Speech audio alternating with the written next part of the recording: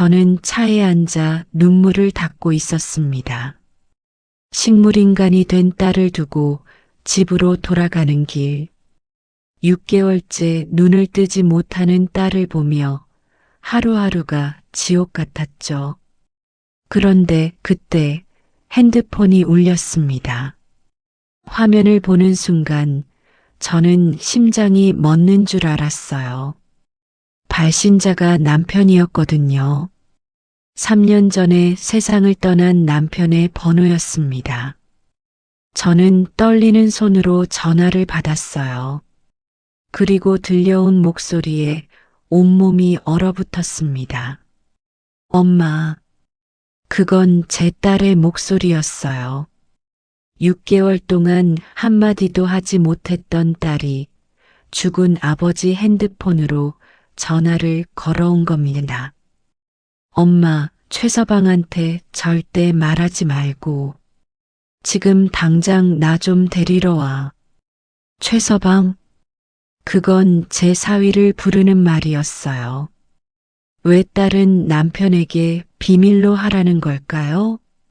전화는 뚝 끊겼습니다. 저는 그 순간 알았어요. 뭔가 크게 잘못되었다는 것을. 저는 70대 여자입니다. 앞으로 살 날보다 살아온 날이 더 긴 나이죠. 그동안 성실하게, 양심적으로, 착하게 살았다고 자부합니다. 하지만 그날 저는 깨달았어요. 한 치 앞도 알 수 없는 것이 인생이라는 것을.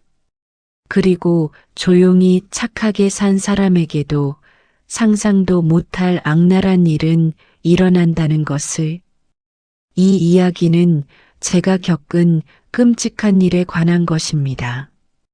그리고 제가 어떻게 그 지옥에서 빠져나왔는지에 대한 이야기입니다. 모든 것은 6개월 전으로 거슬러 올라갑니다. 저는 형제가 많은 집안의 막내딸이었어요. 그 시절 딸들은 초등학교만 마쳐도 다행이었는데 저는 운이 좋게도 고등학교까지 나왔습니다. 위로 언니 오빠들이 고생해서 저를 학교에 보내줬거든요.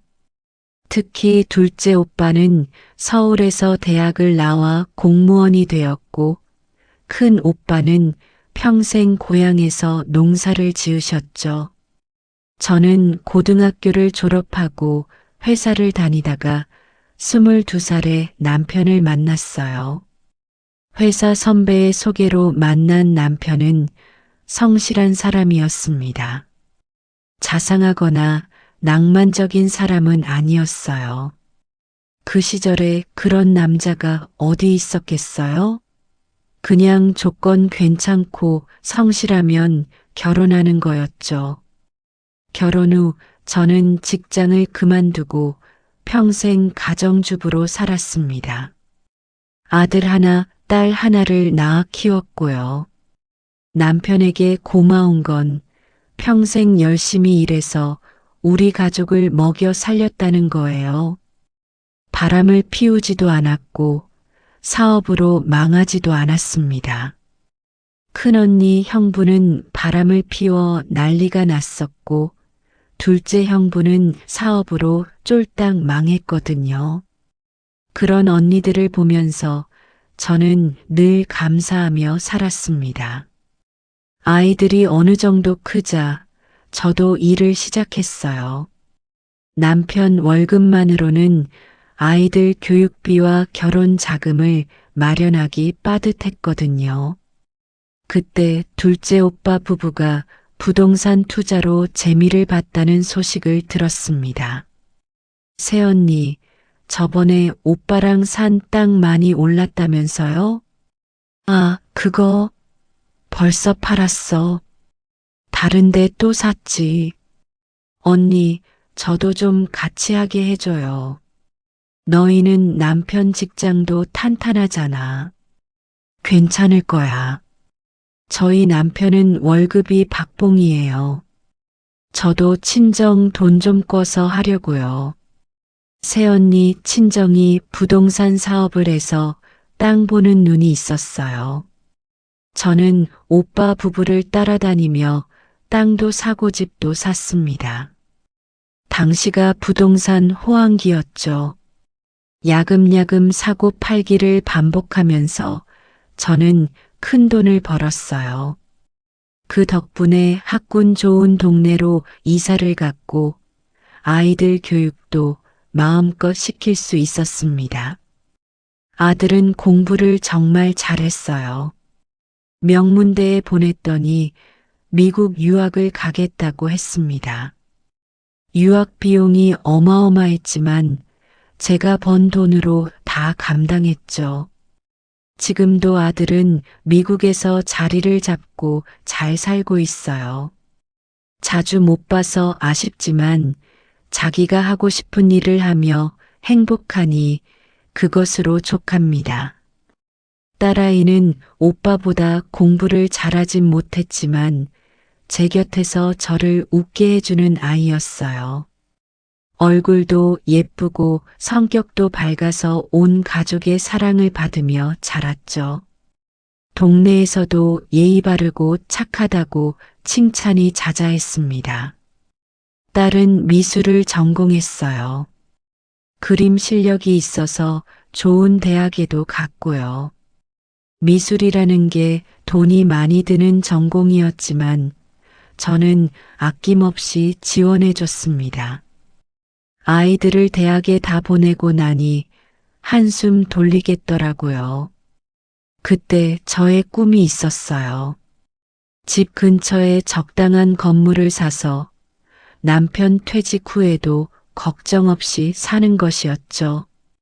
그래서 남편 퇴직 전에 집과 땅을 처분해서 건물 하나를 매입했습니다.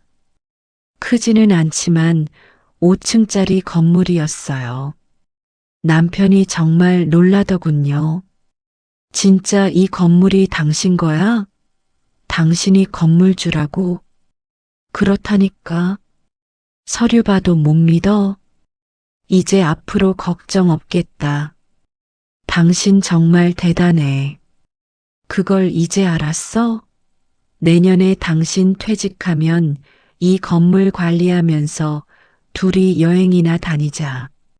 저는 정말 뿌듯했어요. 그 건물에 딸의 미술학원도 차려줬죠. 건물 위치도 나쁘지 않아서 공실 없이 잘 돌아갔습니다. 지나다니면서 그 건물을 볼 때마다 배가 불렀어요. 제가 아이들에게 물려줄 것 하나는 생겼다는 마음이 들었으니까요. 하지만 왜 인생은 생각지도 못할 때에 갑자기 잔인한 운명을 보여주는 걸까요? 어느 날부터 남편이 계속 속이 안 좋다고 했습니다. 소화가 안 되고 답답하다면서 동네 병원만 계속 다녔어요. 그러던 어느 날 가족 모임에서 큰 조카가 이러더군요. 큰아버지, 동네 병원 말고 큰 병원 가서 검사 좀 받아보세요.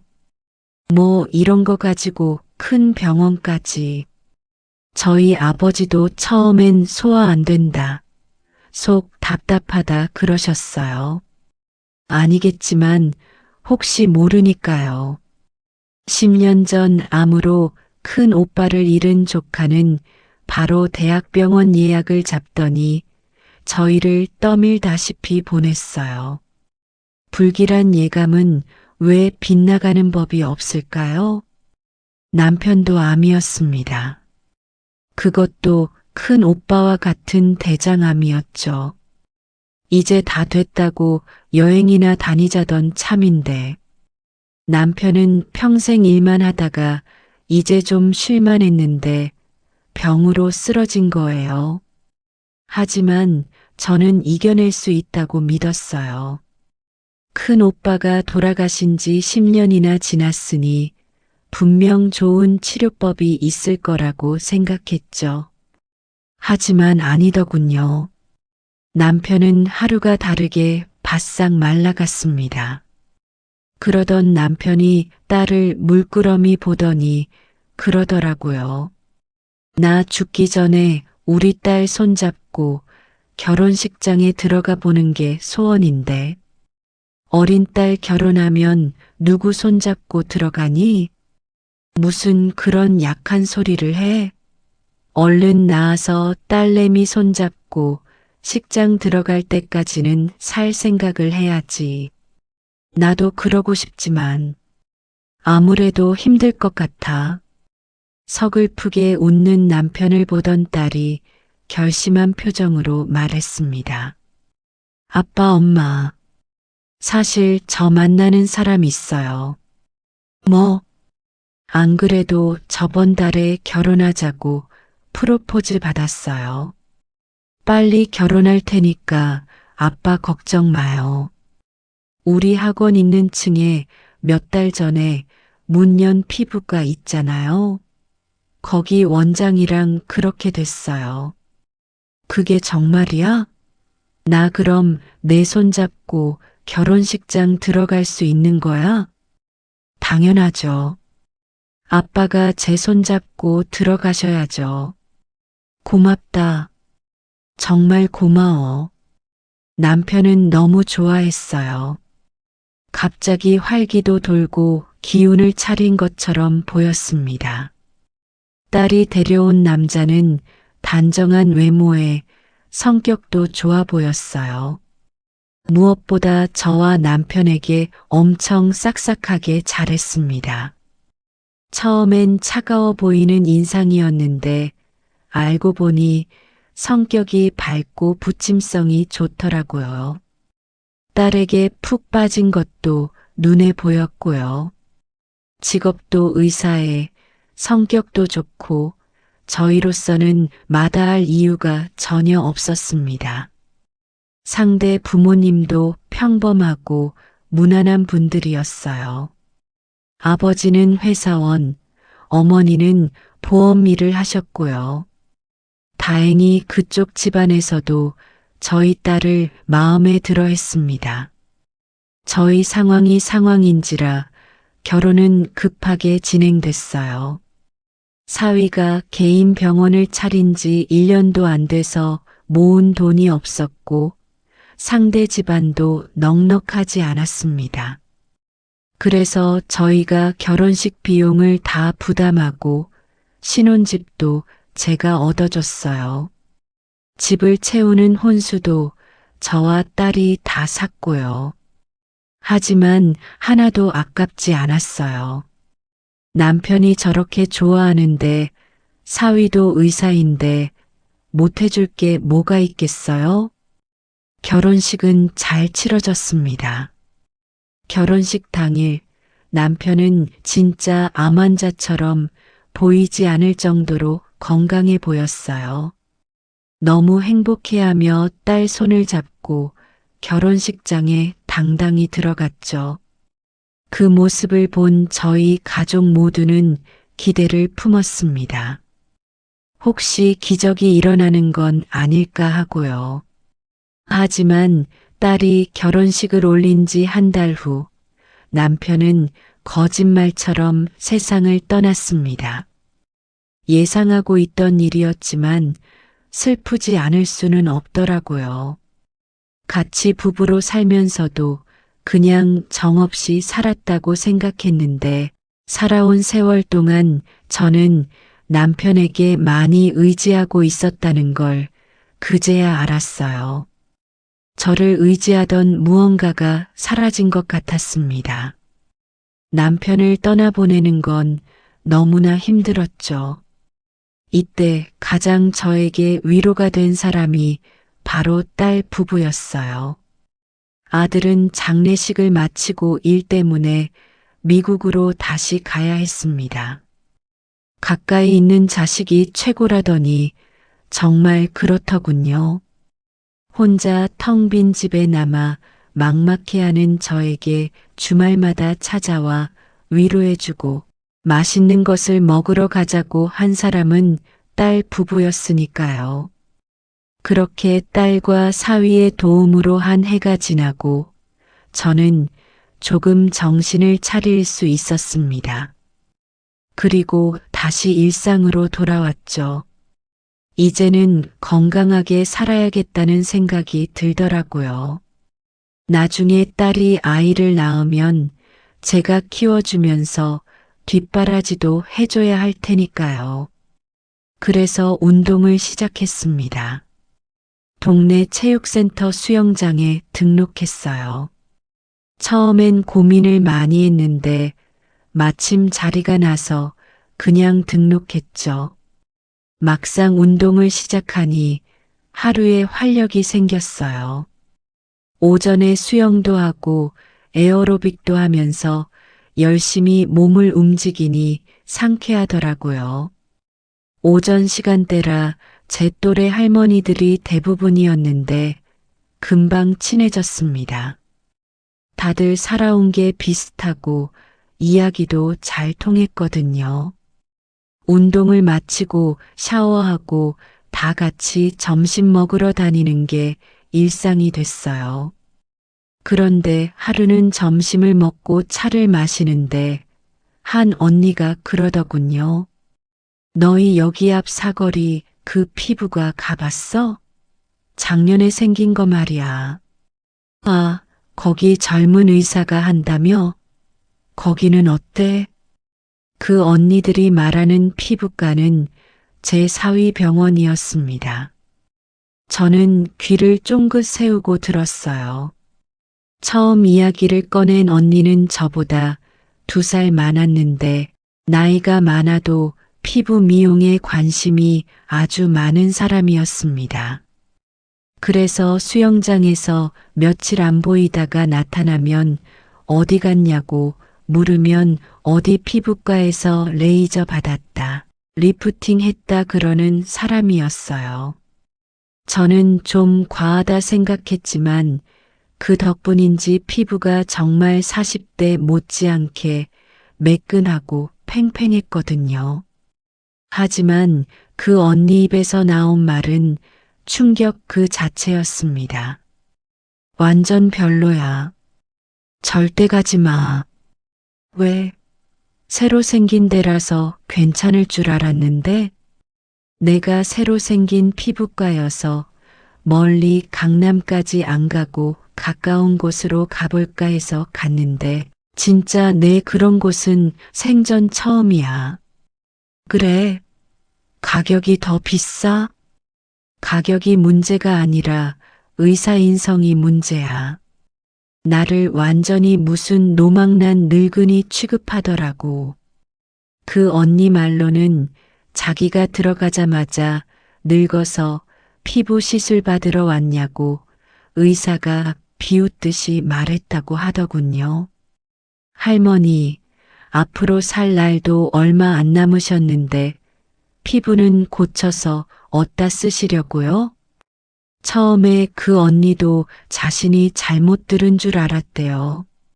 상담실장을 만나 이야기했는데 이상한 패키지를 묶어서 엄청 비싼 가격으로 하라고 권했다고 합니다. 그 언니는 대충 피부 시술 가격을 알았기에 바로 바가지를 씌우려는 걸 눈치채고 생각해 보겠다 하고 나왔대요. 그러자 의사가 등 뒤에다 대고 이렇게 말했다고 합니다.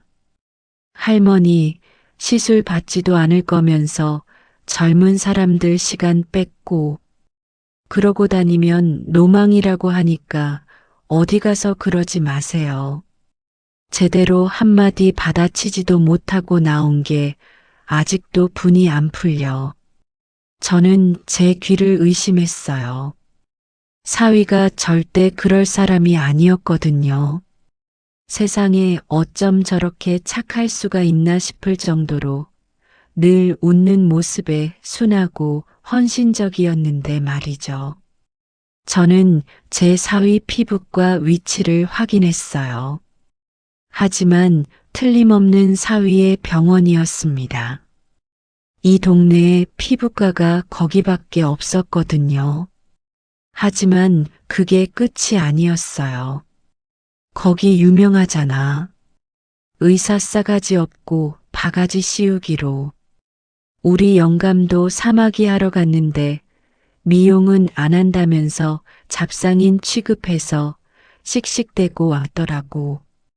들리는 소문에는 그 의사 아내가 거기 건물주 딸이라서 돈 벌 생각이 없어서 막 영업한다던데? 충격은 연타로 저를 덮쳤습니다.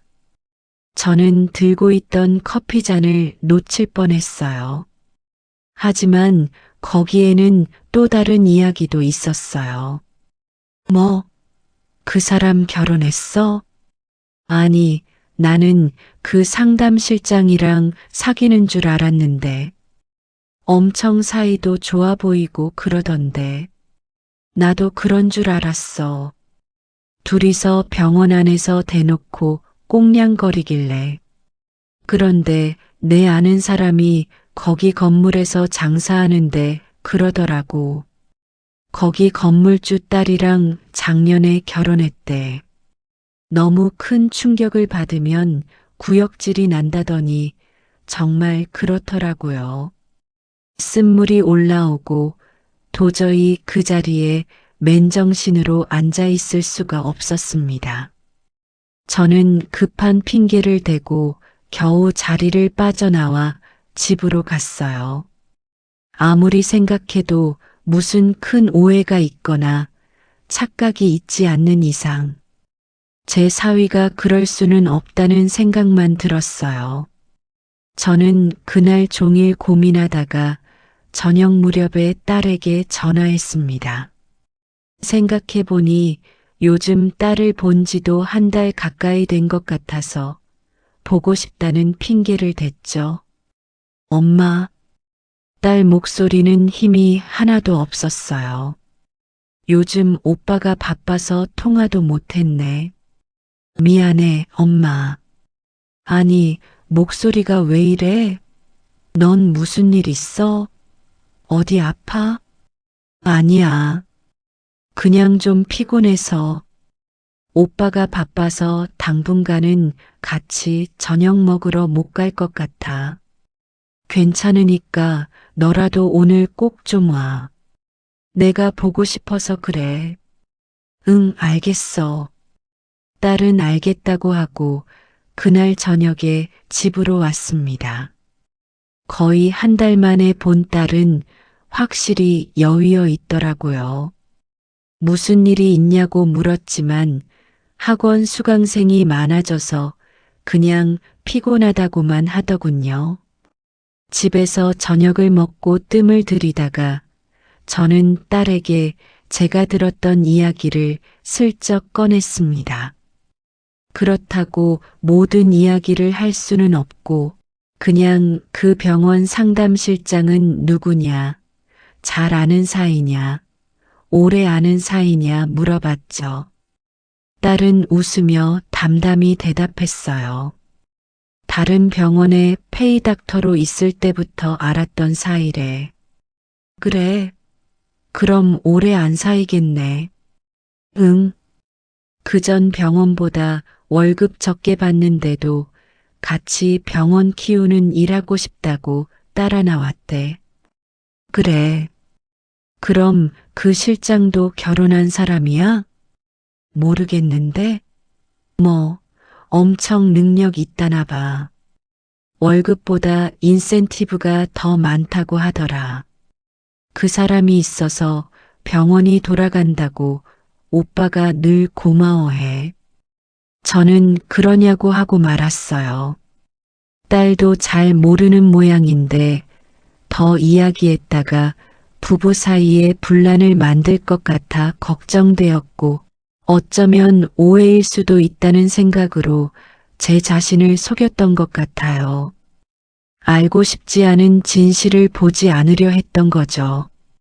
그저 사위와 그 실장이 워낙 친하다 보니 다른 사람들에게는 오해를 살 수 있는 것 아닐까 하고 저는 제 자신을 달랬습니다. 워낙 사위가 성격이 싹싹하고 다정하니 보수적인 할머니들 눈에는 이상하게 보일 수도 있을 거라고요. 저는 딸에게 다시 물었어요. 그래, 병원 운영은 잘 되는 거야? 아유, 말도 마. 아마 엄마가 월세를 안 받으니 망정이지. 월세까지 냈다면 진작 망했을걸. 매일 돈 안 되는 것만 하니까 돈이 안 벌린다고 하는데 그걸 뭐라고 할 수도 없고 딸은 고개를 절레절레 흔들더라고요. 돈이 되는 피부 미용 같은 걸 안 하고 진짜 치료에만 집중해서 늘 적자라고 상담실장이 자기에게 하소연을 한다나요. 제가 들었던 것과는 너무나 다른 이야기였습니다. 저는 그날 더 이상 다른 말은 하지 않고 여러 가지 밑반찬이며 불고기 같은 음식을 이것저것 싸서 딸을 집으로 보냈어요. 그리고 일단 좀 지켜봐야겠다고 생각했습니다. 며칠이 지났을까요? 오전에 수영을 마치고 씻고 나왔더니 그 사이 부재중 전화가 엄청 와 있더라고요. 전화를 한 사람은 전부 사위였습니다. 그걸 보자마자 갑자기 가슴이 쿵 하는 느낌이 들었어요. 왠지 보통 일이 아닐 것 같다는 예감이 바로 들었거든요. 제가 급하게 다시 전화를 걸자 전화를 받은 사위는 울고 있었습니다. 장모님, 지영이가 사고가 났어요. 뭐라고? 어디서? 언제? 오늘 새벽에요. 지금 수술 중이니 빨리 오세요. 저는 그 자리에서 기절할 뻔했어요. 제가 벌벌 떨자 그 피부가 좋아하는 언니가 저를 부축해서 자신의 차로 저를 병원까지 데려다 주었습니다. 딸은 새벽마다 동네 주변을 가볍게 조깅하는 습관이 있었어요. 건강에도 좋고 하루를 시작하기 전 생각을 정리하기도 좋다고 했거든요. 그건 딸의 오랜 습관이었습니다. 오늘 새벽에도 딸은 늘 하던 대로 조깅을 나갔다고 했어요. 사위는 잠결에 딸이 나가는 걸 봤고요. 그렇게 나갔던 딸이 외진 골목에서 사고를 당한 겁니다. 뺑소니였어요. 차에 치여 길에 쓰러져 있던 딸을 길을 지나던 우유 배달 아주머니가 발견해서 병원으로 옮겼던 거죠. 그리고 나중에야 딸이 돌아오지 않은 걸 알게 된 사위가 딸의 핸드폰으로 전화해서 뒤늦게 알게 됐던 거고요. 딸의 상태는 위중했습니다. 차에 치여 땅에 쓰러지면서 머리를 크게 다쳤다고 했죠. 저는 딸의 수술실 앞에서 거의 무너졌던 것 같아요. 제발 우리 딸 살려달라고 하늘과 먼저 간 남편에게 간절하게 기도했습니다. 다행히 수술은 무사히 잘 끝났어요. 생각보다 큰 부상은 아니었어요. 병원에 빨리 오시기도 했고 수술도 정말 잘 됐어요.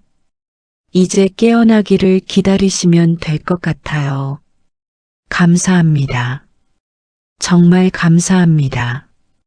그나마 다행이었던 건 그 아주머니 덕분에 딸을 병원으로 빨리 옮겼다는 거였죠. 우유 배달 아주머니는 외진 골목에서 차가 급히 지나가는 걸 보고 놀랐다고 했어요.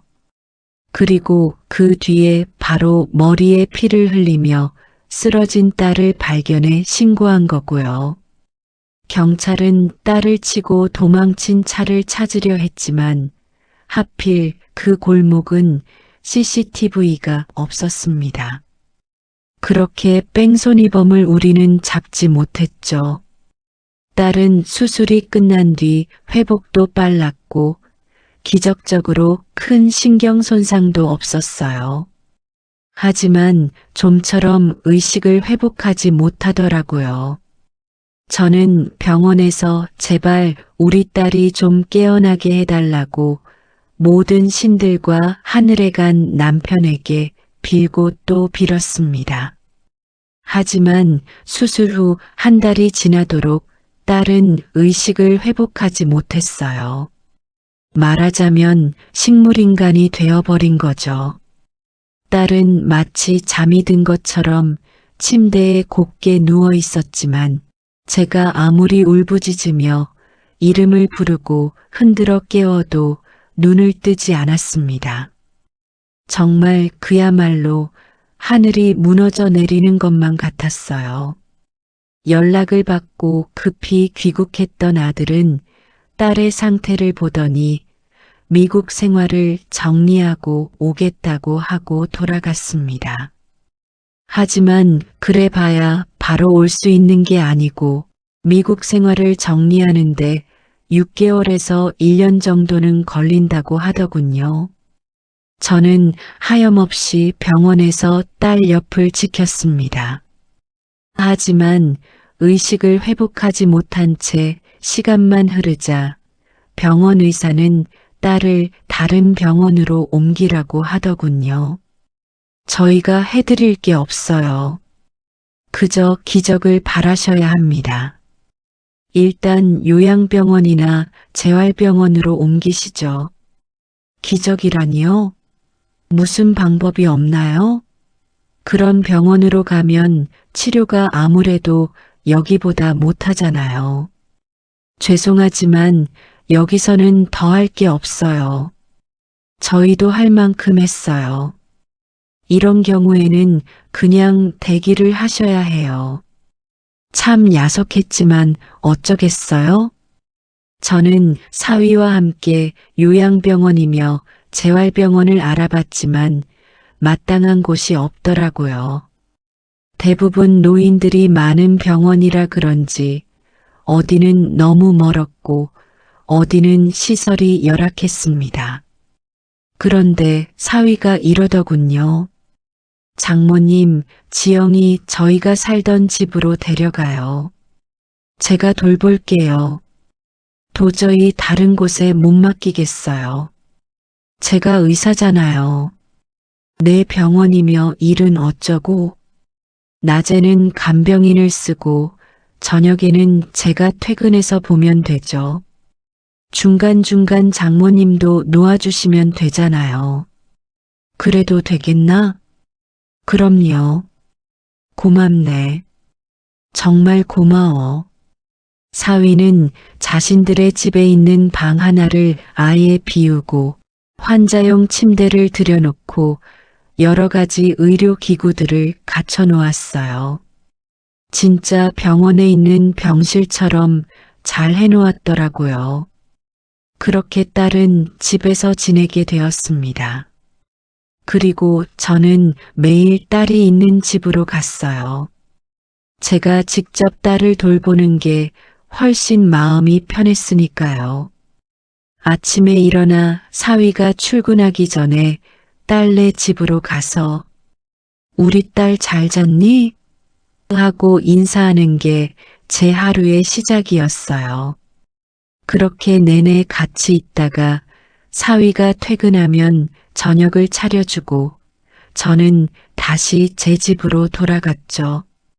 그렇게 아이를 두고 집에 갈 때마다 가슴이 찢어졌지만 사위는 그걸 권했어요. 그냥 나도 여기서 같이 지낼까? 자네도 저녁에는 쉬어야지. 여기 빈 방도 있으니 내가 살림도 좀 해주면서 지내는 게 어떤가? 자네 불편해요. 장모님, 이거 하루 이틀하고 말 거 아니잖아요. 저녁은 가서 쉬셔야 오래 하실 수 있어요. 그러니 잠은 집으로 가서 편히 주무시고 오세요. 틀린 말은 아니었어요. 딸이 그냥 누워만 있기는 했지만 시간에 맞춰서 욕창 생기지 않게 몸도 돌려야 했고 가래도 빼야 하고 기저귀도 갈아야 했으니까요. 그리고 그건 육체적인 힘이 많이 드는 일이라 낮 동안 그렇게 하고 나면 육체적으로 힘이 들기는 했어요. 저는 희망을 잃지 않았습니다. 저는 늘 딸의 손과 온몸을 주무르며 말을 걸고 딸이 좋아하던 노래도 틀어줬어요. 쉬지 않고 말을 걸기도 했고요. 딸은 늘 그대로였습니다. 그렇게 6개월이 흘렀죠. 하지만 저는 알 수 있었어요. 우리 딸이 제 말을 다 듣고 있다는 사실을 말이죠. 사위에게 매일 그 이야기를 했더니 아무런 대답을 하지 않던 사위가 하루는 그러더라고요.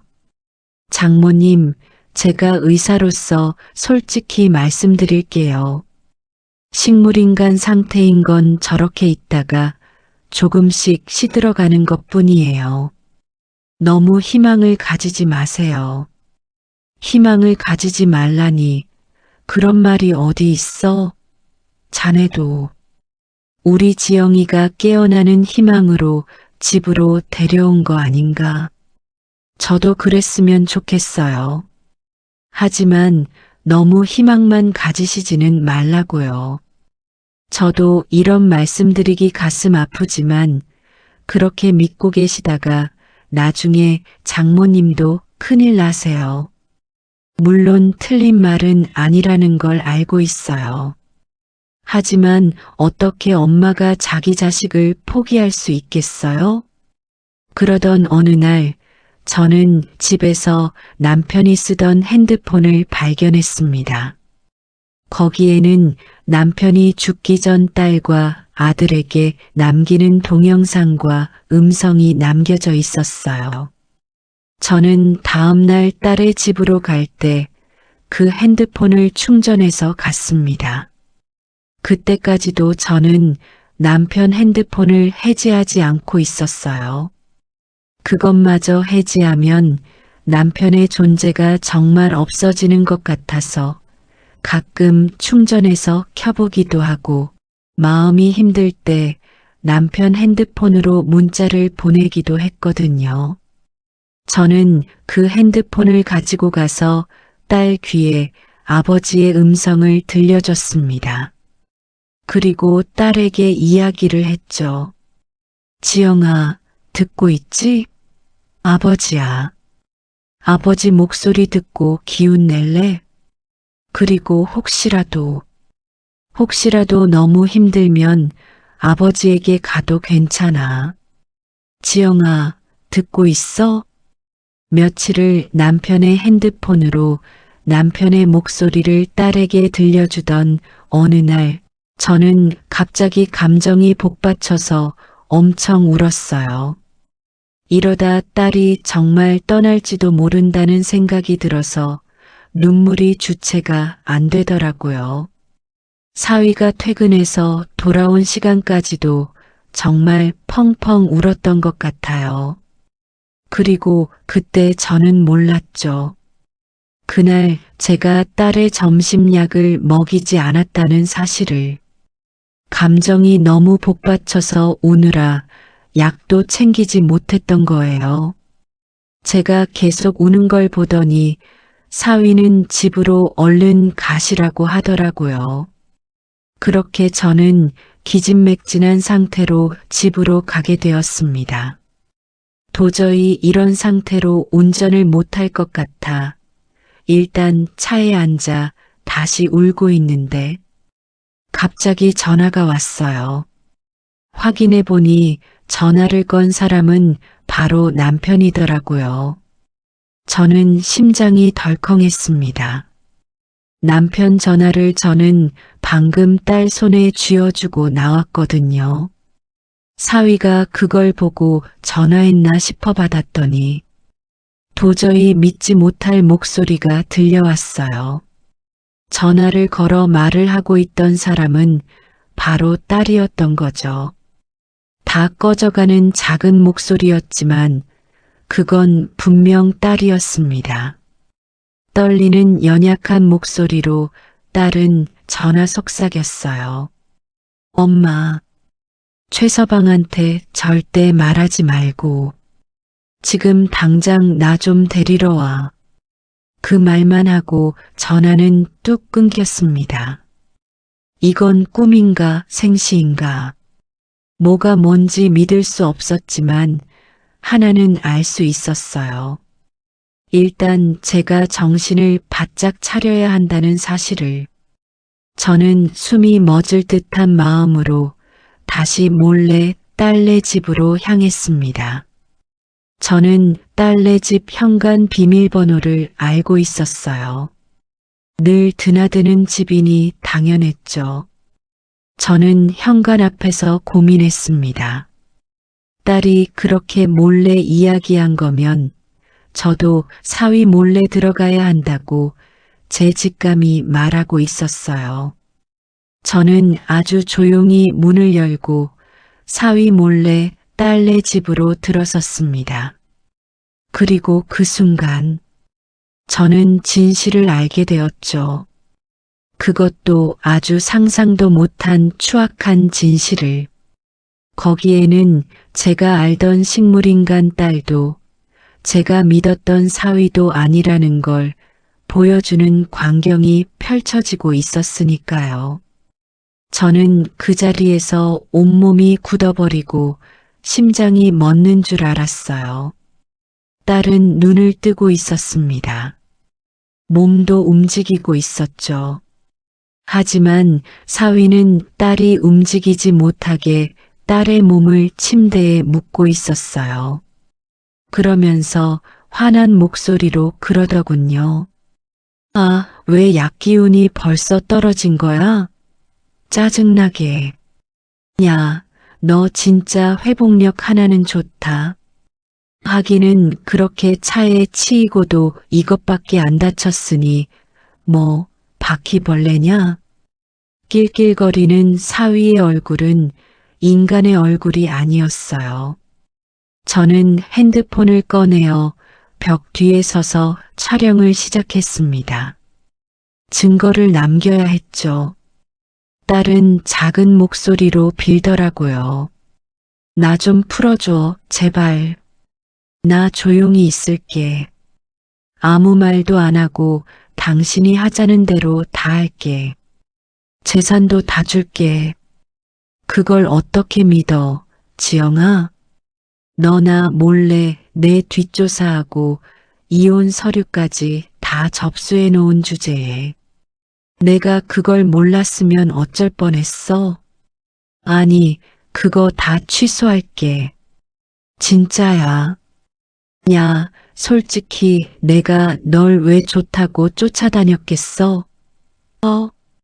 가진 거라고는 그 반반한 얼굴이랑 너네 집 건물, 이거밖에 없잖아. 이 시점에서 내가 죽어줘야 딱 좋아. 그래야 너네 엄마가 나 불쌍하게 여겨서 큰 목 하나 떼어주지. 아니다. 너네 엄마가 먼저 가셔야 내가 다 가지나?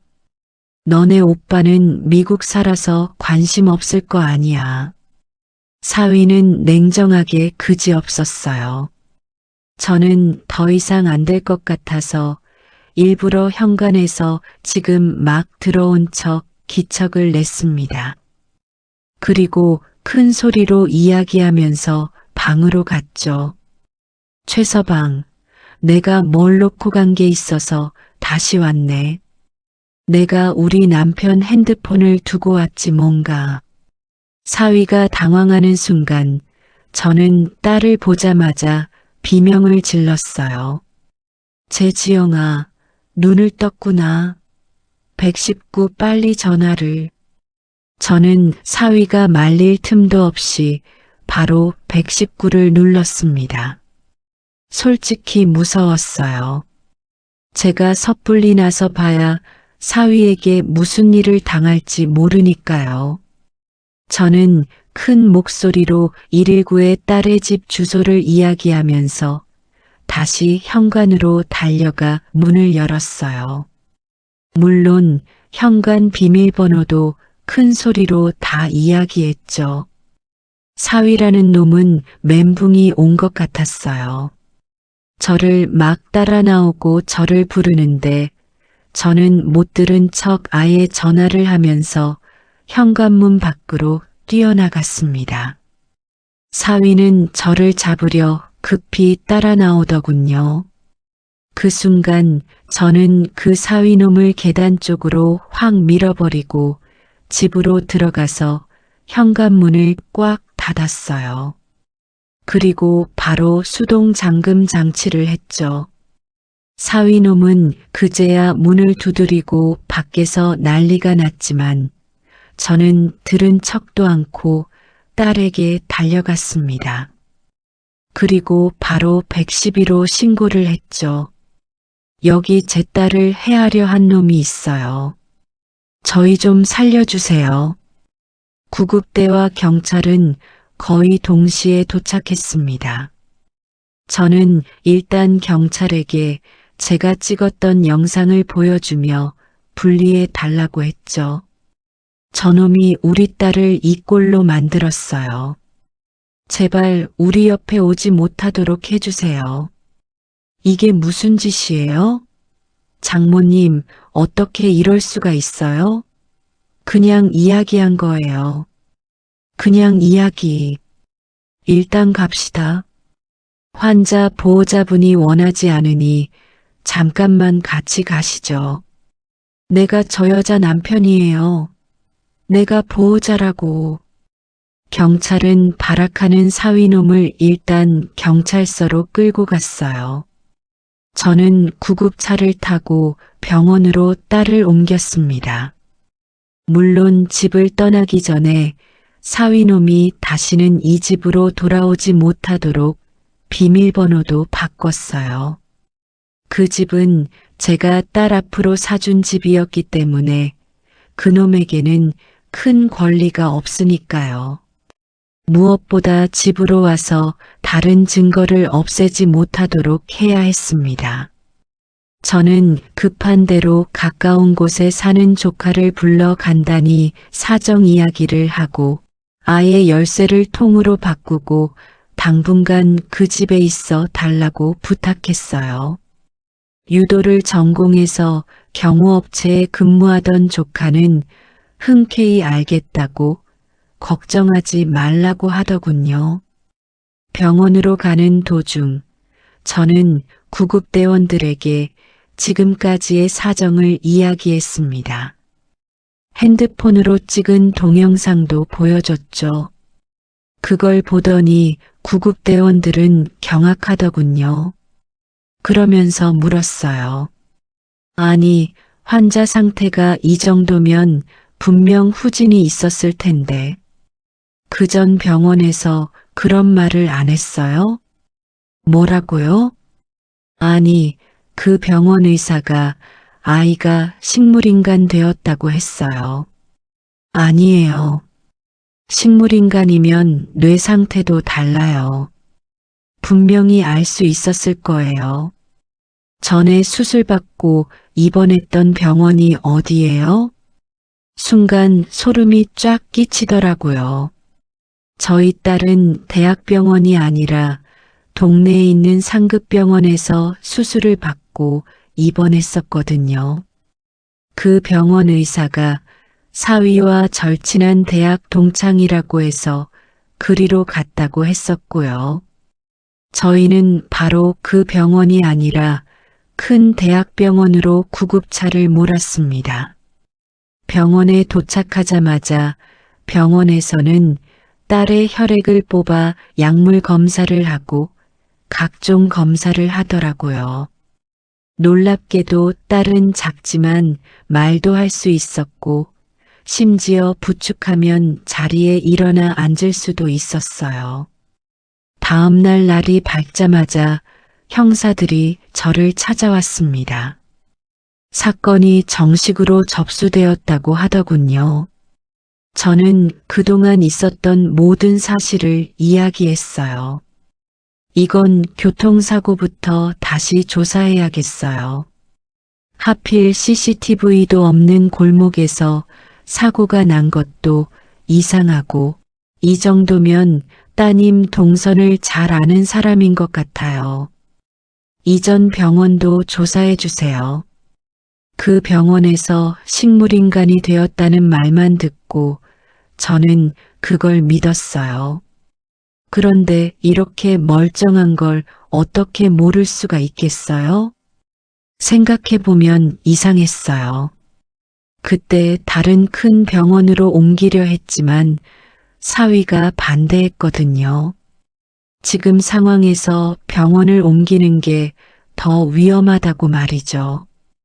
그리고 저는 그 말을 믿었고요. 딸은 놀랍게도 수액을 맞자마자 의식이 더욱 또렷해졌어요. 아직 몸놀림은 조금 불편했지만 그저 오래 누워 있어서 그랬을 뿐 큰 이상은 없었습니다. 저는 딸을 껴안고 엉엉 울었죠. 딸이 그러더군요. 엄마, 나 엄마 이야기 다 듣고 있었어.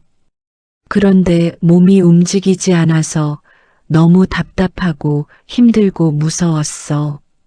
미안하다. 나는 그것도 모르고. 엄마가 진작에 몰라서 미안해. 엄마, 이거 전부 그 인간 짓이야. 그 인간 바람 피웠어. 그 병원 상담실장이랑. 내가 사람 붙여서 친 거 다 모아놨어. 딸은 사위의 불륜을 진작에 눈치챘다고 하더군요.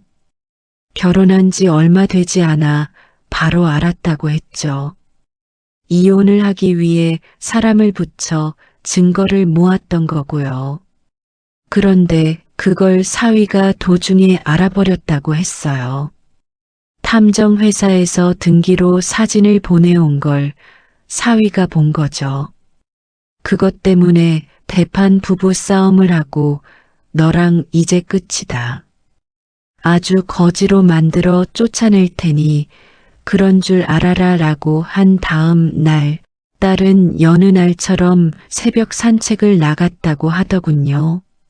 마음이 심란해서 잠도 못 자고 생각을 정리하려고 나간 거였는데 그러다 뭔가 자동차 불빛이 번쩍하다가 기억이 없었다고 했어요. 그러다 깨어나 보니 병실에서 그 사위라는 놈이 그랬대요. 그냥 너는 못 깨어난 걸로 하고 푹 쉬어. 그러다 언제 가는지도 모르게 곱게 가면 그만이야. 너도 편하고 나도 좋고 좋은 일 하니까 좋은 곳으로 갈 거야. 고맙다. 이 말을 듣고 까무룩 정신을 잃었다가 깨었다가 나중에 집에 가서는 정신은 있는데 눈을 뜰 수도 말을 할 수도 움직일 수도 없는 상황이 되었던 거고요. 딸의 피를 검사했더니 거기에는 온갖 약물들이 검출되었어요. 대부분 마취제 같은 것이었죠. 마취제와 신경마비제 같은 약들을 사위는 딸을 위한 항생제와 영양제라고 속여서 저에게 시간에 맞게 먹이도록 했던 거예요. 그 약들이 지속 시간이 길지는 않았기 때문이죠. 저는 그것도 모르고 그 약들이 딸을 살리는 것인 줄 알고 제 손으로 직접 매일 아침, 점심, 저녁으로 그 약들을 곱게 갈아서 음식에 섞어 딸에게 챙겨 먹였어요. 그 사실을 알고 얼마나 분노가 치밀어 올랐는지 몰라요. 그런데 더 악질인 건 가끔 사위놈이 저녁에 딸을 깨워서 괴롭혔다는 거예요. 가끔 사위가 저녁 약은 자신이 먹인다고 한 적이 있었는데 약을 먹이는 게 아니라 저녁에 잠깐 깨워서 딸에게 자신의 모든 재산을 다 준다는 계약서를 들이밀면서 지장을 찍게 했다고 했어요. 딸은 필사적으로 주먹을 쥐고 그걸 피했고요. 그러다 맞기까지 한 적도 있다고 했습니다. 가끔 딸 몸에 멍이 든 적이 있었는데 그걸 보고 사위는 뻔뻔하게 제게 그랬었죠. 가끔 혈액순환이 안 되면 저렇게 파랗게 들어요. 몸을 못 움직이는 사람에게 자주 생겨요. 약간 마사지 해주고 두면 없어질 거예요. 증거는 명확했어요. 제가 제시했던 핸드폰 영상과 딸의 노트북에 있었던 사위의 불륜 증거, 그리고 더 놀라운 사실도 있었죠. 형사들은 저를 찾아와 한 사람 이야기를 하며 아는 사람이냐고 하더군요. 그 사람은 제 사돈인데. 맞아요. 저희 사돈이 보험을 해서 저도 하나 가입한 적이 있어요. 사돈이 왜요? 이 사람이 따님 명의로 사망보험을 엄청 가입했어요. 받는 사람은 전부 자기 아들이었고요. 그리고 사모님 이름으로도 사망보험이 들어 있었어요. 이거 아셨나요? 저요? 아니요. 전혀요. 저는 암보험 하나 든 것밖에 없는데. 아니, 그럼 모자가 다 짰다는 말씀이세요? 금수가 따로 없다는 말이 바로 그거였지요. 어떻게 부모라는 것들이 자식이 그런 끔찍한 일을 저지르고 있으면 말릴 생각은 못하고 더 부추길 생각을 하는지. 그것들은 저희 모녀가 죽으면 보험금을 타먹을 생각으로 매달 보험료를 200만 원 가까이 내고 있었다고 하더군요. 기가 막혔어요. 인간 같지도 않은 그놈은 구속되었습니다. 그놈의 어미라는 년도 함께였죠. 그리고 사위놈과 불륜을 저지른 상담실장도 바로 구속되었어요. 형사들이 우유 배달 아주머니의 말을 토대로 그 금방 CCTV를 찾아냈더군요. 그리고 그 차를 운전하고 있던 사람은 바로 그 불륜 여자였어요. 바로 전날 밤 차를 렌터카 업체에서 빌렸다가 다음날 반납했는데 접촉사고가 나서 차 수리비를 물어준 내역까지 그대로 있었죠. 딸이 입원했던 병원 담당 주치의도 경찰에 불려갔어요. 저는 그 의사가 가장 치가 떨렸습니다. 사위놈이랑 같은 대학 동창이라는 그 인간은 사위에게 돈을 받고 계속 딸에게 수면제와 신경마비 성분이 있는 진통제를 놓아서 딸이 움직이지 못하게 하고 저에게 식물인간이라는 판정을 내린 거였죠. 참고인 조사하러 갈 때 저는 그 사위놈과 그 불륜, 그리고 의사 같지도 않은 쓰레기를 경찰서에서 만났어요. 저는 그 인간들의 면상에 침을 뱉어줬습니다. 사위는 인상을 확 쓰더라고요. 아, 더럽게. 이게 무슨 짓이야? 지금 경찰서라 내가 참는 줄 알아? 너 같은 걸 사위라고 아꼈던 내가 얼마나 후회됐는지 알아? 이 인간 같지도 않은 짐승 새끼야. 아, 진짜 최수가 없으려니까. 시간 걸 거 이렇게 말고 그냥 해쳤어 했는데. 괜히 건물 통째로 가지려고 욕심 부렸어. 내 아들이 들어온다는 말만 안 했어도 빨리 끝냈을 건데. 기절할 것 같더라고요. 그 말에 불륜인지가 뭐라 그랬냐고, 빨리 끝내자고 하지 않았냐고 악을 썼고 그 의사놈은 자기가 오진을 한 거라나요? 그냥 실력이 없었을 뿐이지 절대로 일부러 그런 건 아니라고. 정말 다들 지랄 연병을 했어요. 무엇보다 정말 치가 떨리도록 증오스러웠던 인간은 한때 제 사돈이라 부르던 할망구였죠. 취미로 보험을 한다며 우리 딸이 자기 집안의 복덩이라고 어쩜 이렇게 딸을 잘 키우셨냐? 우아하게 웃던 그 여자는 머리가 산발인 채로 끌려와 있더군요. 내가 사람이니? 하긴 애미가 그 모양이니지 자식 새끼도 저런 괴물로 키웠겠지. 아, 진짜 그렇다고 진짜 뭐 잘못되기를 했어?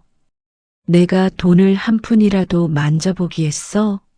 난 그냥 만약을 대비해서 보험을 내 돈으로 들어준 거야. 난 죄 없어. 뭐, 죄가 없어? 그래, 죄 없어. 그냥 사돈 걱정돼서 보험 좀 들어주고 보험료 좀 내준 게 그게 죄예요? 네, 형사님. 사람이 아닌 것들의 뇌 구조는 정말 저와는 다르더라고요. 그 인간 같지도 않은 것들은 모두 구속되었습니다. 그 의사놈 하나는 구속까지는 안 되더군요. 하지만 저는 절대 용서하지 않을 것이라 했어요. 절대 합의하지 않을 것이라 했죠. 딸은 병원에서 단 일주일 만에 퇴원했어요. 그것도 걸어서 나왔죠. 딸네 집을 지키고 있던 조카가 와서 그 모습을 보더니 그 덩치 큰 장정이 병원 로비에서 펑펑 울었을 정도로 놀랍고 또 기적과도 같은 일이었습니다. 저희 가족은 그렇게 엄청난 사건의 소용돌이에서 겨우 빠져나왔어요. 딸은 일단 제가 사는 집으로 돌아왔습니다. 나중에 딸은 제가 남편 이야기를 하며 펑펑 울 때 이상하게 힘이 솟는 것 같았다고 하더군요. 엄마가 아빠 목소리를 들려줬잖아. 그런데 갑자기 진짜 아빠가 옆에서 말을 거는 것 같았어. 아빠가 목에 힘을 주고 약을 삼키지 말라고 이야기했어. 아빠 목소리가 나에게 말을 걸더니 약을 덜 삼키는 법을 가르쳐 줬어. 그래서 그 전날부터 약을 반도 다 삼키지 않고 뱉어냈던 거야. 덕분에 빨리 깼고 저는 하늘에 있는 남편에게 감사했어요. 진짜인지 어떤지는 몰랐지만 저는 남편의 영혼이 딸 옆에서 그 아이를 지켰다는 생각이 들더라고요. 어쩐지 그 일이 있기 며칠 전부터 점심때 가래도 많고 약을 부셔서 넣어주는데도 많이 흘려서 먹느라 애를 먹었는데 그런 이유가 있었던 거였어요. 게다가 제가 당일 점심약을 잊어서 정신을 차리는데 더 큰 도움이 되었던 것도 한문했고요. 딸은 빠르게 건강을 회복했습니다. 아들도 바로 미국 생활을 정리하고 돌아왔어요. 가족만큼 중요한 게 없는데 이렇게 살다가 내일 어떻게 될지도 모르는데 다 같이 모여서 사는 게 좋은 것 같아요. 이제 같이 지내요, 우리. 그래, 힘든 결정이었을 텐데. 고맙다. 고마워. 딸이 신혼집으로 살던 집은 팔아버렸어요. 딸의 컴퓨터에는 그간 모아두었던 자료가 전부 고스란히 남아 있었죠. 사위놈은 아들이 미국에서 한국으로 들어오기 전까지는 시간이 있으니 아예 저와 제 딸에게 건물 전체를 다 받을 방도를 찾아서 가로챌 계획을 꾸미는 중이었어요. 거기에 사망보험에 가입하고 시간이 어느 정도 지나야 보험금이 최대가 된다는 말을 듣고 기다렸던 거였죠. 기가 막혔습니다. 그러면서 사위놈은 돈을 조금이라도 더 뜯기 위해 정신이 팔렸던지 정작 딸의 핸드폰이나 컴퓨터에는 손도 대지 않았어요. 저희에게는 고마운 일이었어요. 모든 자료들이 재판에서 전부 증거로 사용됐으니까요. 하지만 정말 화가 나는 사실은 사위놈과 그 불륜의 처벌 수위가 그리 높지 않다는 거였어요. 저는 평생 감옥에서 못 나오길 바랐는데 사위놈이나 불륜도 고작 10년 남짓 형을 받았을 뿐이더라고요. 진짜 사람이 잘못된 게 아니라 미수에 그친 거라 그렇다고 했어요. 아니, 이것도 사람이 잘못된 거나 마찬가지 아닌가요? 고작 형량을 10몇 년 받은 것도 미칠 것 같은데 이 정신 나간 것들은 항소를 한다요? 뭐래요? 절대 계획적인 게 아니라고 끝까지 우겨대. 정말 돌아버릴 것 같아요. 보험 사기를 계획했던 그 사위놈의 엄마도 구속되었어요. 하지만 그 여자의 형량은 더 짧더군요. 법이 그렇다니 어쩔 수는 없지만 진짜 아쉬울 뿐이죠. 하지만 가만히 있을 수는 없잖아요. 이럴 때 제가 할 수 있는 일이 뭐가 있겠어요? 저는 형사 1심 판결이 끝나자마자 바로 금융 타격에 들어갔습니다. 민사 소송을 걸고 손해배상 소송을 걸고 걸 수 있는 건 다 걸었죠. 변호사는 우리나라 최고만 고용했어요. 그리고 돈이 얼마든 들어도 좋으니 최대한 할 수 있는 걸 다 해달라고 부탁했고요. 사위놈과 그 불륜에게 민사소송이 들어가자 그 집안들은 난리가 났더라고요. 저희 딸도 이미 이혼하고 양육권도 다 빼앗겼어요. 오히려 위자료까지 다 물어줘야 하는데 이렇게 민사까지 걸면 어떡하냐고요. 어떻긴요? 알아서 하시죠.